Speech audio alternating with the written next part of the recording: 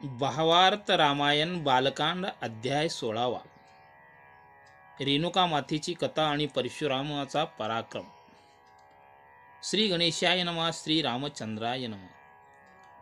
सीतेच्या विवाहासाठी शिवसापाचे पणच का लावले त्यावेळेस याची माहिती सांगत असताना नाथ महाराज म्हणतात की पूर्वी परशुराम धनुर्विद्या महादेवाकडून व कुऱ्हाड चालविण्याचे विद्या श्री गणेशाकडून शिकले.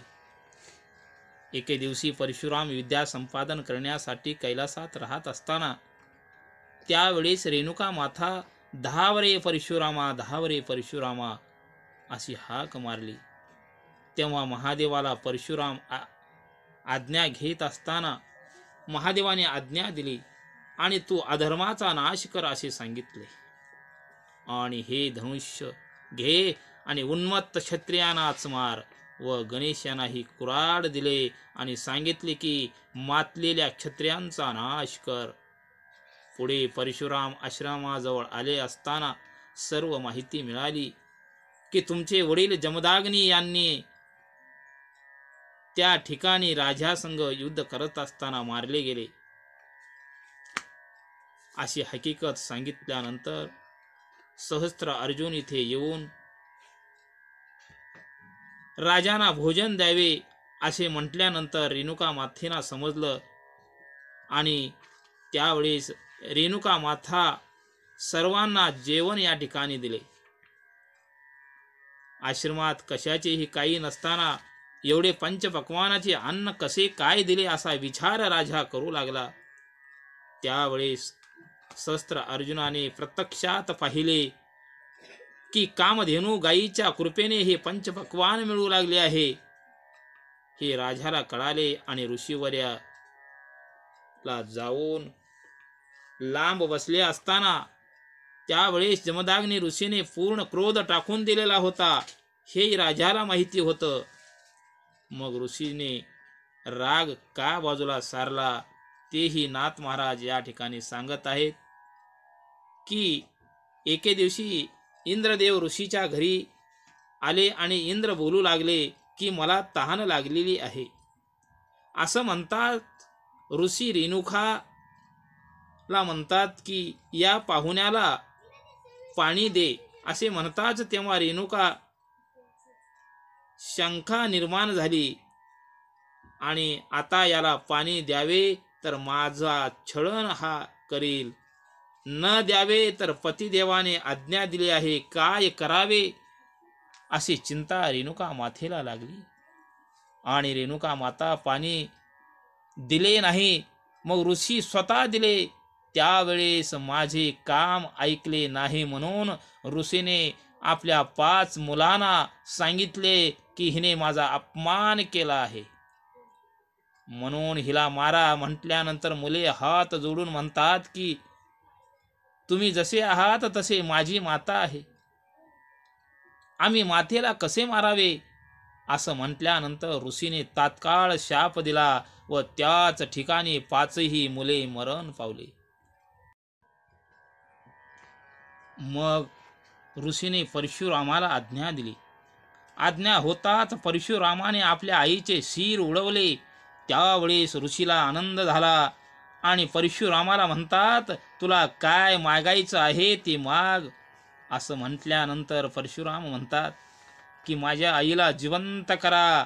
त्यावेळेस वचनात अडकलेले ऋषीने तात्काळ जिवंत केले. त्याच वेळेस परशुरामाचा हात लागताच 5ही भाऊ जिवंत झाले आणि सर्वांना आनंद झाला व परशुरामाला असा आशीर्वाद दिला की तू सदा विजयी होशील. त्यावेळेस जमदाग्नी सावध झाले आणि रागामुळे एवढे घात झाला म्हणून ऋषीने आपल्या देहातील क्रोध बरा नव्हे या रागामुळे धर्म, अर्थ, काम आणि मोक्ष ह्या 4ही पुरुषार्थाला बाधा येते आणि सर्वांचाच निपात होतो. म्हणून हा राग बरा नव्हे. जमदाग्नी ऋषी क्रोधाला बाहेर काढत असताना क्रोध म्हणतो मला तुमच्यातून बाहेर काढल्यामुळे तुम्हाला कुणीही किंमत देणार नाही. म्हणून क्रोध म्हणतो माझ्यामुळे अनेक दैत्याचा निपात केलो आहे.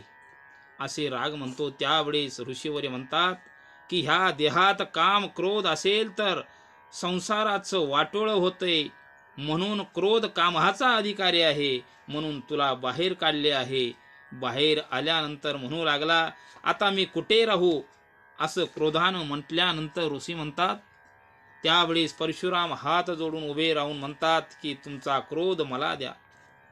असं म्हटल्यानंतर आपल्या मुलाला हा क्रोध दिला आणि नाथ महाराज पुढे वळून सांगू लागले की रेणुका मातेने कामधेनू आणून सहस्त्र अर्जुन राजाला जीव घातले. असे जीव घातले की राजाने एवढ्या चांगल्या प्रकारचे पक्वान खाल्ले नव्हते. त्यावेळेस राजाला संशय आला आणि कामधेनू नावाची गाय दिसली. राजाच्या मनामध्ये कामधेनू गाय मागण्याची इच्छा निर्माण झाली. त्याप्रमाणे ऋषीला म्हणू लागला की हे मुनिवरा, तुम्ही आम्हाला सर्व काही दिले, आणखीन एक तुमच्याकडे मागण्याची इच्छा झाली आहे, ते म्हणजे तुमच्या जवळील कामधेनू गाय. असं म्हटल्यानंतर ऋषी बोलू लागले की ही गाय मी इंद्रदेवाकडून मागून आणलेली आहे, त्याने मला दान दिलेले आहे आणि ही गाय मृत्यू लोकात राहू शकत नाही, म्हणून ही गाय मी तुम्हाला देऊ शकत नाही.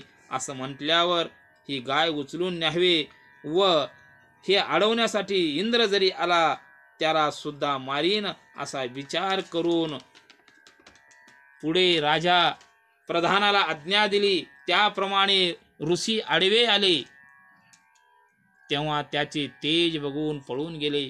मग स्वतः राजा आला आणि आपली तलवार काढून ऋषीला मारले. त्यावेळेस ऋषी जमिनीवर धाडकन कोसळले आणि ऋषीचा मृत्यू झाला. कारण ऋषीने क्रोध काढून टाकला, म्हणून राजाचा डाव जमून आला. पुढे राजाने ही कामधेनू गाय सोडा रे असे म्हटल्यावर रेणुका माता पुढे आली आणि राजाबरोबर युद्ध करू लागली आणि आपल्या पराक्रमाने रक्ताची नदी वाहू लागली. अनेक सैन्य रेणुका मातेनं मारले आणि राजाला मूर्छा पण पाडली. त्यावेळेस राजाची मुले येऊन रेणुका मातेला मारू लागले. इकडे राजा पुन्हा सावध झाला आणि राजाने ऐकून चामुंडा नावाच्या अस्त्राने 21 वेळा मारला. त्यावेळेस माता खाली कोसळल्या आणि कामधेनू गाय ही अवस्था पाहून आपल्या मालकाकडे निघून गेली. जात असताना गायीने हंबरडा फोडला व अनेक राक्षस निर्माण केली व राजा संगे युद्ध करू लागले. त्यावेळेस राजाला केलेल्या कर्माचे पश्चाताप होऊ लागले आणि त्या रणांगणातून निघून आपल्या नगराला गेला. त्यावेळेस इकडे रेणुका माता परशुरामाला हाक मारली. मग परशुराम तिथे आले. त्यावेळेस परशुरामाने सर्व माहिती मिळवली व परशुराम आपल्या माथेजवळ आले. त्यावेळेस आपल्या आईची अवस्था पाहून परशुरामाला दुःख झाले आणि रडू लागले. त्यावेळेस माता बोलू लागल्या, अरे तू रडून भागत नाही, तुझा पुरुषार्थ कुठे गेला?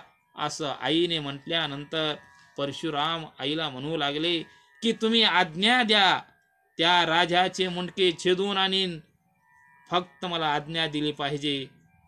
त्या राजाचे हात तोडून तुमच्या समोर हजर करतो. असं म्हटल्यानंतर आईने सांगितले की ही बाळा, त्या राजाला 1000 हात आहेत, अगोदर हात एक एक तोड आणि मग त्याचं शिर माझ्याजवळ आण. त्याने माझ्यावरती 21 वेळा आघात केलाय, त्यामुळे तू ही पृथ्वी 21 वेळा निक्षत्रिय कर अशी आज्ञा मातेनं दिली. आणि परशुरामाने हातामध्ये कुऱ्हाड घेऊन निघाले आणि रेणुका माता स्वतः ऋषीच्या देहामध्ये विलीन झाली आणि परशुराम रडू लागले.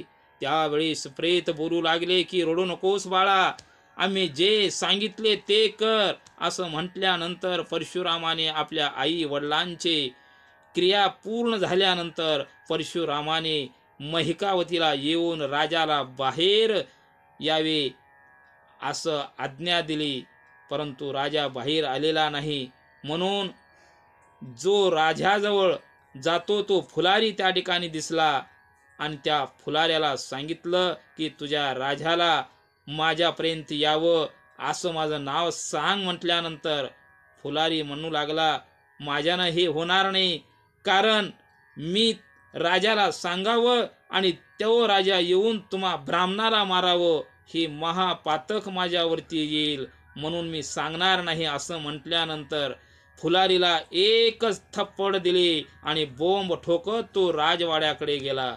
आणि राजा गडबडला, आता माझं शेवट झालं आहे की काय असं राजाला वाटू लागलं.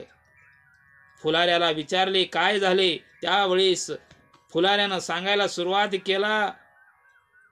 मग राजाने प्रधानाला आणि सैनिकाला सांगितले, अरे म्हणलं, बाहेर ब्राह्मण आलेला आहे आणि त्या ब्राह्मणाचे हात बांधून माझ्याजवळ आणा. असे सहस्त्र अर्जुनाने प्रधानाला सांगितले आणि प्रधान ताबडतोब परशुरामासमोर आले. त्यावेळेस परशुरामाने त्या प्रधानाला बघितलं आणि एकच बाण परशुरामाने सहस्त्र अर्जुनाच्या प्रधानाला मारले आणि त्या बाणासरशी त्या प्रधानाचे नाक आणि कान कापले गेले. अशी विद्रूप अवस्था करून जे येणारं सैन्य आहे ते सैन्य राजाकडे परत गेलं. आणि नाथ महाराज इथेपर्यंत येऊन अध्यायाची सांगता करतात. जय श्रीराम, जय श्रीराम.